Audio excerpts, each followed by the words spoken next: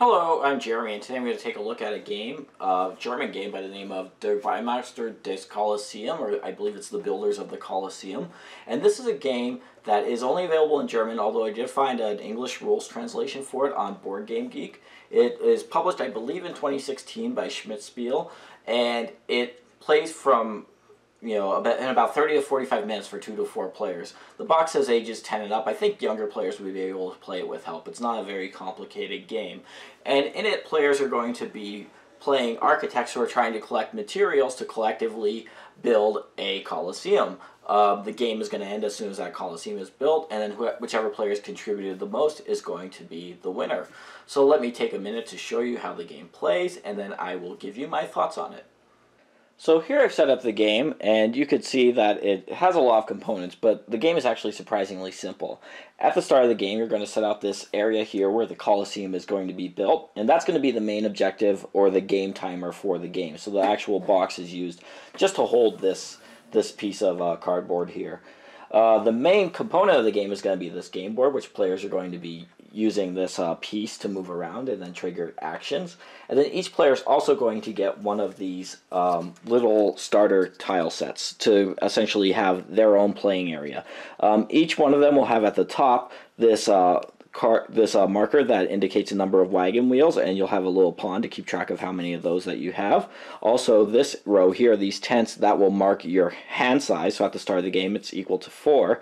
And then each player is going to start with 2 different resource types that they can produce. So this player could produce the green and yellow resource type, whereas this player can produce the blue and the black resource type. So they have the top 2 things the same. Players are going to be collecting resources during this game in attempts to complete the orders that are on these sections of the Colosseum. So these 2-sided cardboard tiles, this one, for example, it requires 2 blue resources and 1 black resource, and it would give you 4 points when you complete that. That's going to be the main way that you're going to be collecting victory points over the course of the game. So there are also a number of victory point chits, and then there are also these tiles here, which you're going to be able to add to your display to increase your production capacity. So the actual flow of the game is quite simple. All that you're going to do on your turn is you're going to move this pawn, which is shared between players, 1 space clockwise. Now, if you want to move more than 1 space, you can do that, and there are 2 ways that you can do that. First of all, you could choose to move this marker to the right. So you can see that there are 3 wagon wheels printed here. For each space that you move this pawn to the right, you can move 1 additional space with that chariot rather. So if it's all the way to the right, you cannot do that. But what you can do is you can spend victory points that you've accumulated, 1 victory point per space that you want to move around the board. So although it seems very simple, just move 1 space, do an action, you have the ability to pick which action you want to do, but at a cost. So that's really where the main strategic decision of the game is going to lie. So at the start of the game, players are going to start with 1 resource of their choice, which will help them to perhaps complete a recipe, but then otherwise they start with, like I said, one of these sample or these beginner player markers. So on your turn, you're going to move 1 space. And so each section of this board, which is divided into, let's see, 1, 2, 3, 4, 5, 6, 7 sections only, is going to do a different thing. So 4 of those 7 sections actually do the same thing, which is essentially give you a choice. So if this start player moved here, they would have a choice between building this part of the Colosseum by turning in those resources. So for example, just turning in these 3 resources for the 4 points. That would take their whole turn. They would just simply add it here to the next free space on this area. Then they would discard the cards that they used to build it, and then they would replace the recipe card. So what requirements are there are going to change over the course of the game. I should note that there are an A, a B, and a C stack of these Colosseum segments, and they get more complex. So this one gives 7 points, and I think they only go up to 7 points, but requires 6 different resources as opposed to that one, which requires 3. And then here, this one's a C. Those get even more complicated, and they sometimes give fewer points. This one requires 3 sets of 2, so 3 different pairs for 4 points. So over the course of the game, the requirements are going to be shifting a little bit, and you're going to be sometimes forced to move ahead just to get the space that has the components that you have in your hand before another player takes them out from under you. So that's the first thing that you could do when you're on one of those 4 spaces, just pay to build that section of the Colosseum. But what you're going to be doing typically, and certainly at the start of the game instead, is taking one of these next tiles. So you'll notice that there are 4 sets of tiles laid next to the board, and those essentially correspond to the 4 resource types as well as the chariot wheels. And what you do when you go to this space, and instead of building, what you could do is just take the next tile. So let's say this player was taking this tile, which would be a mountain tile. They would add it to their little personal area, so their starting tile, and then they would increase their capacity to produce that type of resource in the future. So now this player has 2 mountain tiles here, you'll notice. But the second thing that happens is a resource production gets triggered, not for the tile that you just took, but for whatever tile is then next in line. So the yellow resource tile would get triggered for both players. So this player here, you can see, does not have the ability to produce any yellow resources. So whenever you can't produce or you choose not to produce, you could take 1 victory point instead. So that player would just get a point, whereas this player, because they had this as their starting tile, has a yellow resource, they would get to take a yellow card into their hand, which they then would later be able to use to build a part of the Colosseum. So that is the main action of the game, and it's really just, manipulating this, I guess, market so that you can do that. So all the 4 resource types work the same. There's also this wagon wheel tile, which you could add to your personal display. So let's say a player took that. That would give them another space that they could move over, so they could move this pawn further around the space. You can only ever move him clockwise, I believe. I've said that already. The way that you would refill that, so let's say this player has spent all of those, and then he takes this tile here, so he would add this blue tile to his display. It would trigger this tile as a payout for all players, and then all players would have the option to move their pawn all the way to the left. And then once you do that, you are going to be able to move in the future at no cost by moving this over to the right. So you can spend those wagon wheels again. So that's how that happens. So the other 3 spaces on the board are not much more complicated. This space here, the start space, and the space directly across from it, allow you to take one of these tiles from the center, which simply increases your hand limit. So like I said, at the start of the game, your hand limit is 4. That would boost it up to 6. So it boosts your hand limit by 2. And then this last space, it is variable. The game comes with some tokens, so you could change it out if you wanted to, over to give the game a little bit more variety. But that would allow you to simply trigger a resource production of any type. So you get to choose the type. The downside of going on that space is that you don't get to add a tile to your display. So I should say that if ever you take the last tile in a section, so let's say that a player comes and takes this field tile, they would simply add that to their display.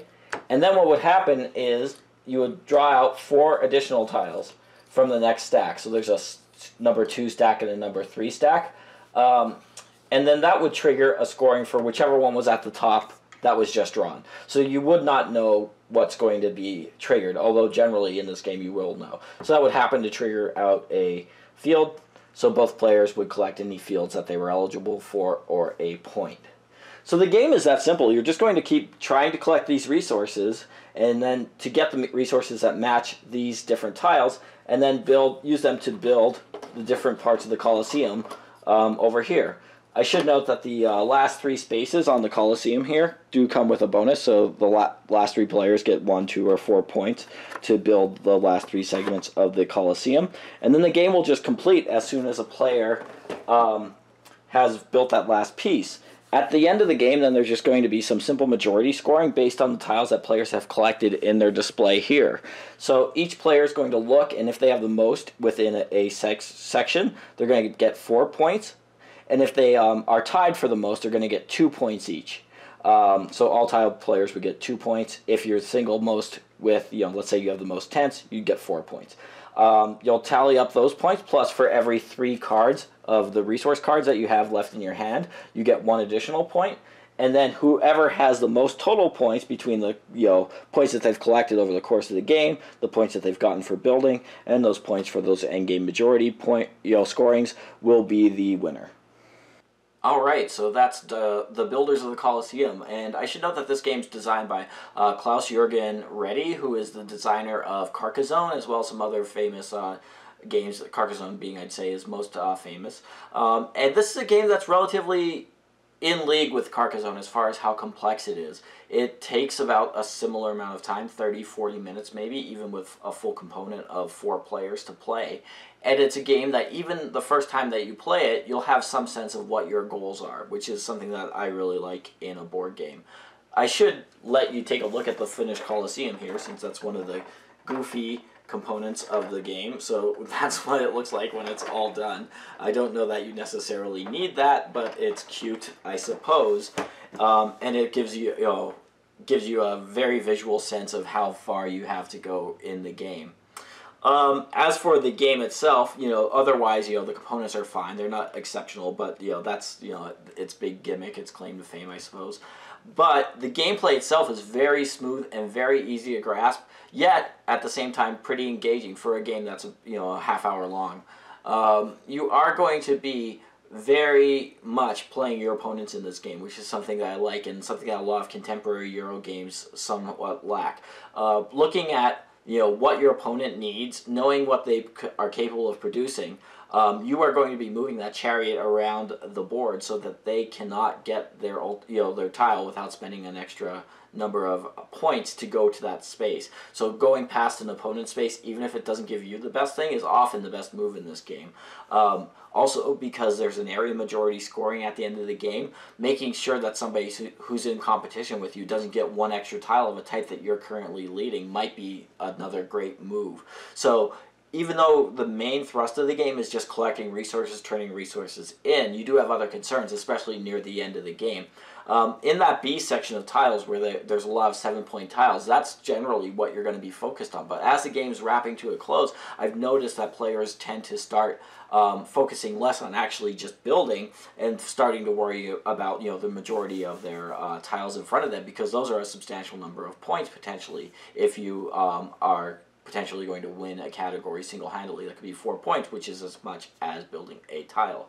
So because of that, and because players are sharing a pawn on that small board, the game is more interactive than you might initially think. At the same time, it's not a game that feels mean-spirited. It's not a game that feels complicated. It's a game that I think that, I would not be surprised if this is something that got nominated, for example, for the Spiel des Jahres, because it's just something that's, the very first time you play it, you're going to understand what your goals are, which is appealing. So I should note that there is this very small expansion or variant in the game, which allows you to shift out the default or that oddball space. So in the basic game, it just allows you to pick any type of resource to score. But there are little pawns here that allow you to do other things, such as get 1 point, or increase your hand limit, or do a 2-to-1 swap of one resource to another type of resource. Oh, I should mention, you always have the option to turn in 3 of a kind for as a wild resource. I don't think I mentioned that in my rules run through. These, I think, are not a tremendous amount of variety as they are listed in the rules. So essentially the rules just say, replace that space with one of these and use it for the rest of the game. I'm not sure how thrilling that would be. That's maybe my big complaint about the game. Having only played it a few times, I see where it could be a little bit repetitive over time. But it seems like a game that would be easy to expand, and it has a really solid foundation. I almost think that a variant where you just, every time you use one of these tiles, you got to pick another one to go in that space would be more interesting, maybe. But it's not a game where you're going to have a tremendous amount of control over what space you go on just by the nature of it. So maybe that wouldn't be that great. Anyway, I am diverging a little bit. The game itself is fine, and I would recommend it to anybody who likes lighter, strategy games. It's just maybe a tiny smidge up as far as complexity goes versus something like Carcassonne, but it's not at all, strictly a gamer's game. It's a game that I could easily imagine any family reading through the rules and grasping and having a good time with. So those are my thoughts on the builders of the Colosseum, and thank you for watching.